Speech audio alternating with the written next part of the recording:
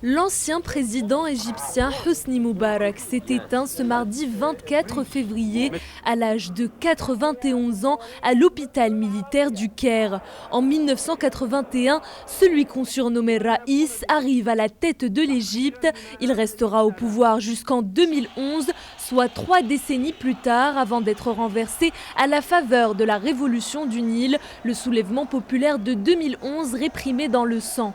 Jusqu'à sa chute, 2/3 des Égyptiens n'avaient connu que lui à la tête du pays. J'ai décidé de déléguer au vice-président les responsabilités du chef de l'État, conformément à la Constitution. Je sais très bien que l'Égypte surmontera cette crise et que sa volonté ne sera pas brisée.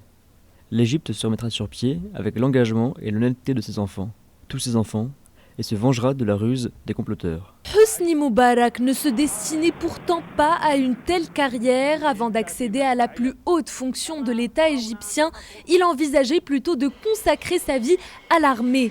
Diplômé de l'Académie de l'armée de l'air, il est nommé en 1972 commandant des forces aériennes égyptiennes.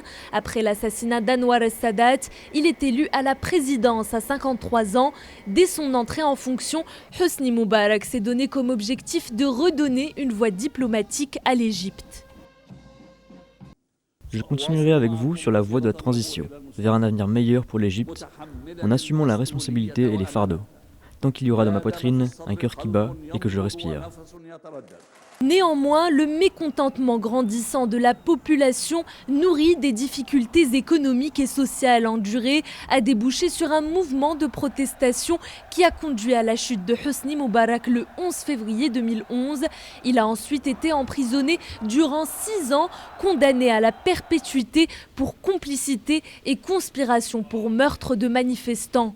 Il a été remis en liberté en mars 2017 lorsque les dernières charges ont été abandonnées contre lui, une libération qui a mis un point final aux poursuites contre lui et au long feuilleton judiciaire qui l'avait contraint à passer l'essentiel de ses 6 années de détention dans l'hôpital militaire du Caire.